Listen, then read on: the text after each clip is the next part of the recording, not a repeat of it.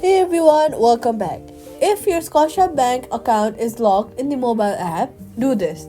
First, stop trying to log in repeatedly. Too many attempts can extend the lock. Next, use the forgot password option to reset your login credentials.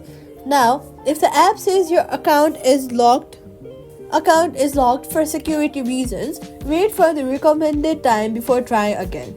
You may also need to verify your identity using a verification code or security questions. If you still cannot access your account, contact Scotiabank customer support directly to unlock it. Once verified, your account will be restored and you can log in normally. And that's it. Subscribe for more